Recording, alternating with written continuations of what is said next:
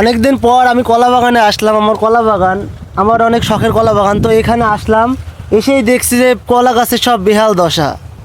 মানুষজন সব চুরি করে নিয়ে গেছে। আমি তো কাজের ভিতরে তেমন আসতে পারি না আমার এখানে।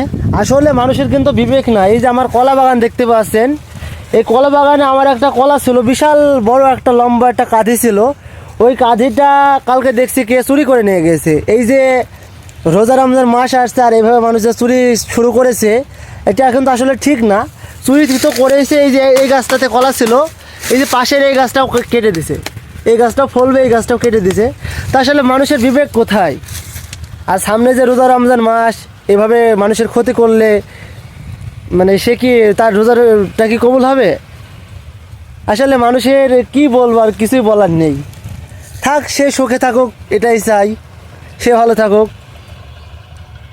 তো আপনাদের যাদের কলা বাগান আছে অবশ্যই দেখে শুনে রাখবেন, কারণ রোজা রমজান মাস আসছে, এখন মানুষ বেশি বেশি চুরি করবে কলাগুলো। তো আজকের মতো এই পর্যন্তই। আল্লাহ হাফেজ।